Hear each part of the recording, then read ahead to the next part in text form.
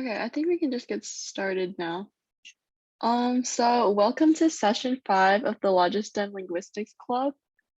First, I'm just going to do a quick review of the Linguistics Olympiad again. So NACLO is basically the North American Computational Linguistics Open Competition, and it determines which students get to participate in the IOL, which is basically the International Linguistics Competition. So how to prepare for NACLO? First, you can start by taking a foreign language class in your school if they offer one. And this isn't required, but can be helpful to learn about how different languages work. The second thing is you can read some linguistics textbooks. And if you go on the NACLO official website, they have some reading lists that you can look through and see if you want to buy any of those books. The third thing is you can check out the 2022 handbook, which is basically just a guide on some basic information about the test and some tips. So if you're interested, you can read through that. And of course, you can do some practice problems with this link. Another thing you can do is you can watch the Linguistics Olympiad guide that I made for Logistem, and it's on our YouTube channel. So if you just look up Logistem on YouTube or like copy this link, then you can get to that video. And it's basically just another overview of what NACLO is and just information about it. So some important dates. Registration opened around a month ago. I'm not exactly sure when registration closes, but if you're interested, then you should register soon on their website. There's basically just a link on there that you can click and you can make an account. And that's how it works. So NACLA 2022 will be held on January 27th. This is the first round and it's called the open round where anyone can come participate. And then March 17th, 2022, it's called the invitational round. So if you score among the top percentages of people from the open round, then you get to pick to participate in this round. And then people from this round will be picked for the international competition. So if you're interested, just mark these down. Okay, so for the first problem, it's called Thorny Stems.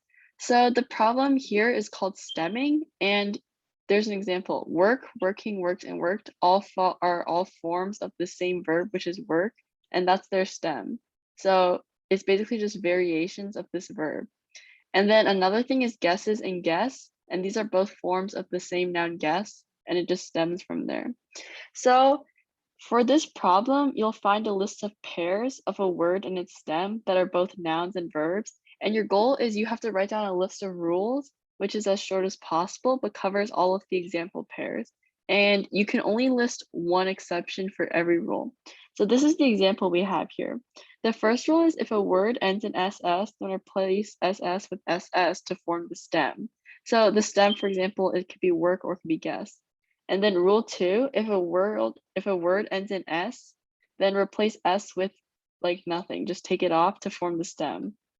And then otherwise the word is its own stem. So let's see how these rules apply. For the word work, rules 1 and 2 don't apply.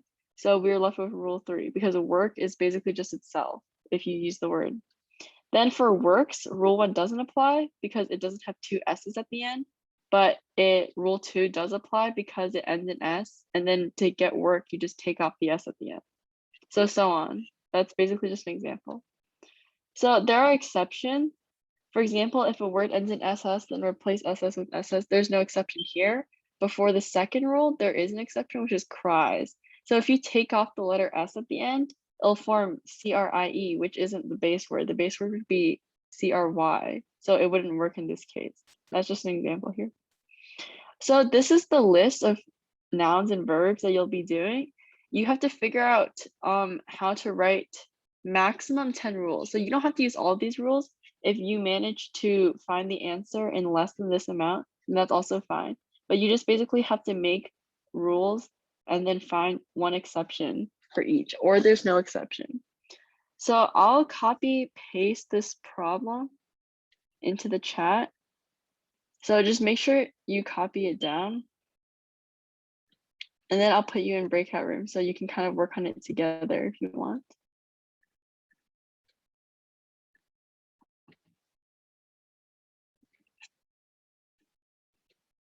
Okay, here's the problem in chat.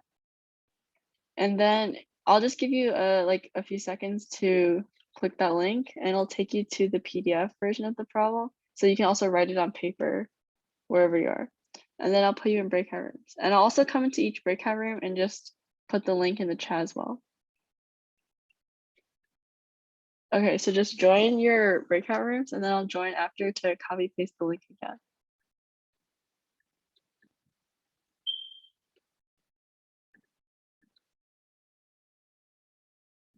Okay, I think everyone is back in the main room now, so I'm gonna go over the solution.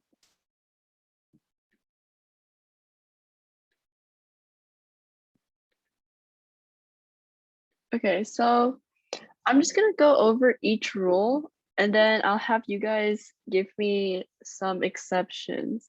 So for the first rule, we have IES as the ending. So you have cries, flies, and I think that's it. Okay, if I miss one, that's my bad. So for cries and flies, if a word, oh, I'll just write in here.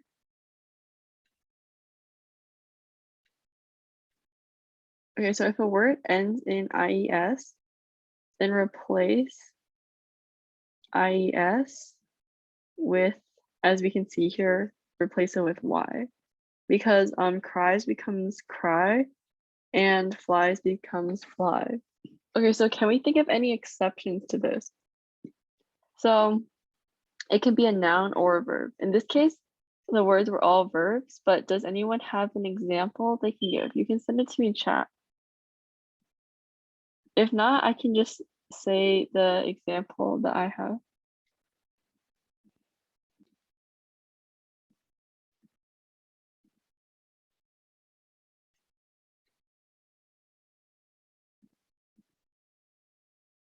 Okay, so one example could be series. So the base word for series would be a series, but when you take off the IES, it becomes SRY, but it's just series. So that would be an exception. Okay, for the second one, it's when the base is SS. So for example, grass, moss, and that's it, I think. Okay, so for grass and moss, if the word ends in SS, then just replace SS with SS. You're just basically not changing anything.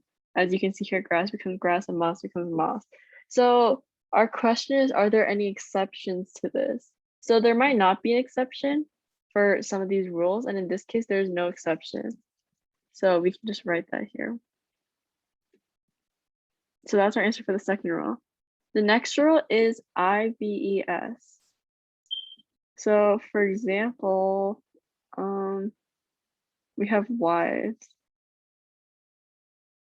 and that might be the only one. Okay, so we have wives. So for this one, we replace IVES with FE. So what are some exceptions that we can put for this one? Does anyone have an idea? Okay, so the one I have is that for our exception, we can do hives. Because if we made it to hive, that's not a real word. It would just be like hive. So our exception would be hives. Okay, for our fourth rule, we have VES. So for example, dwarves, shells,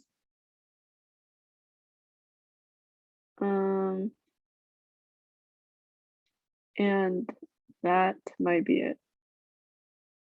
Okay, so from those two examples, dwarves becomes dwarf and shelves becomes shelf. So we have, if it ends in VES, then replace VES with F. So what would be an exception for this one?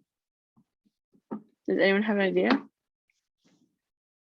Okay, so for this one, the exception I have would be caves, because if you did CAF, that's not a real word. Instead, just be CAVE.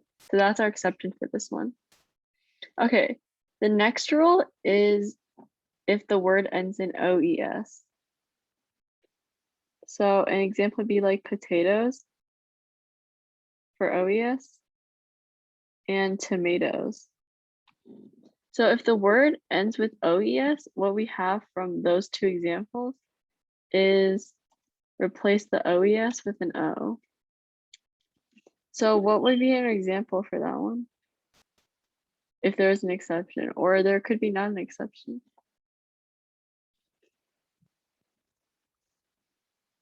Does anyone have an idea?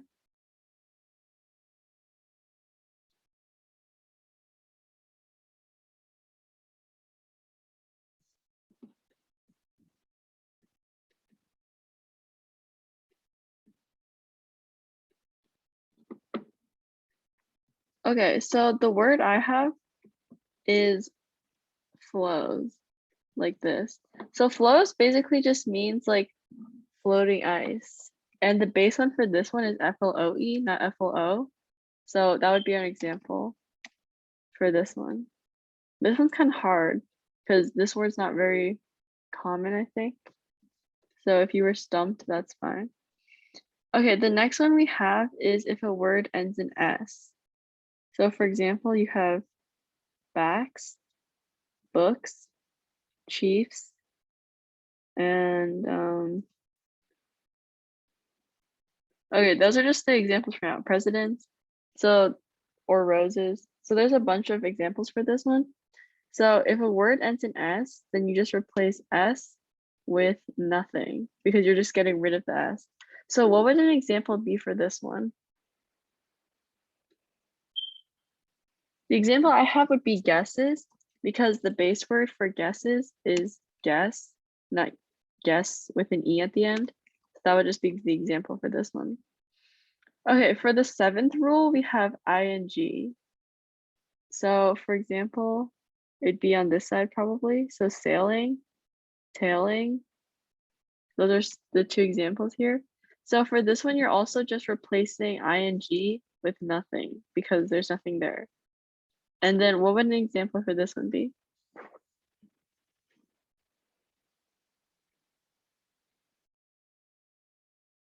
So for example, you could do closing because if you get rid of the ing, it becomes CLOS instead of CLOSC. So that's our example. Okay, so for the 8th one, we have IED. So if the word ends in IED, such as cried or married. Those are the I see so far. So for this one, you replace the IED with a Y, according to those examples. Okay, so what would exception be? Does anyone have an idea? Okay, if not, then the one I have would be lied. So if you replaced IED with a Y, it become LY, which is not correct. So that's what we have our exception. Okay, for the 9th one, it's if the word ends in ED. So I'm gonna write that. Some examples would be ordered, listened, killed, etc. So you're basically just getting rid of the ED with nothing. So what would an exception for this be?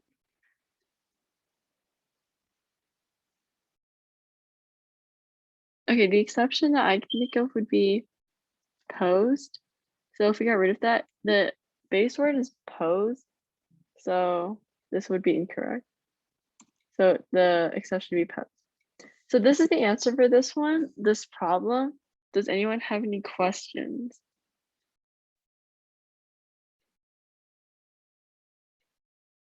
Also, you want to make sure you don't really have any repeats. For example, with number 6, this rule is pretty broad and all of these also end with S.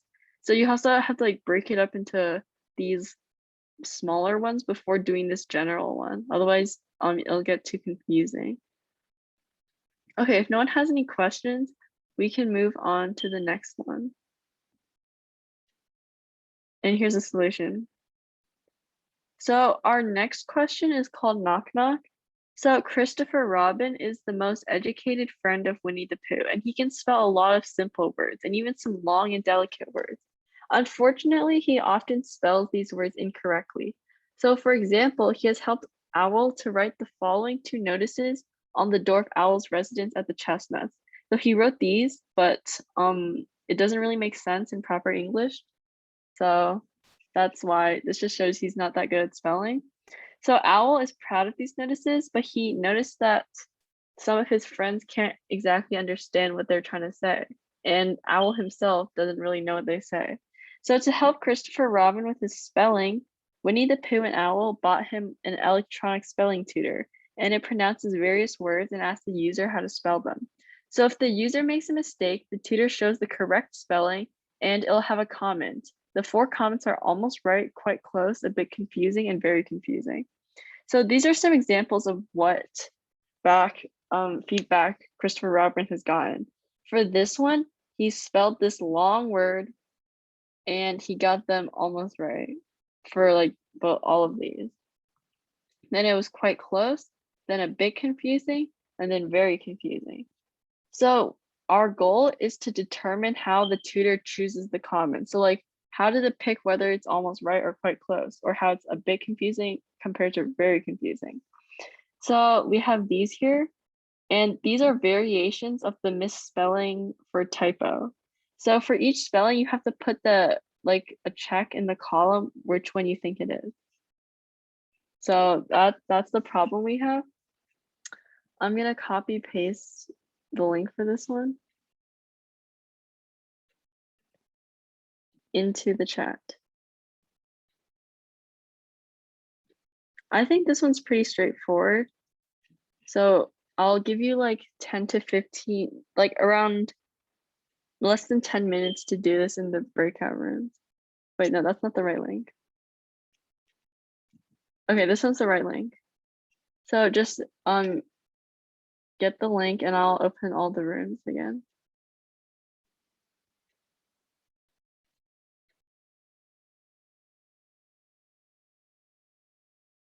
Okay, I think everyone is back in the main room now.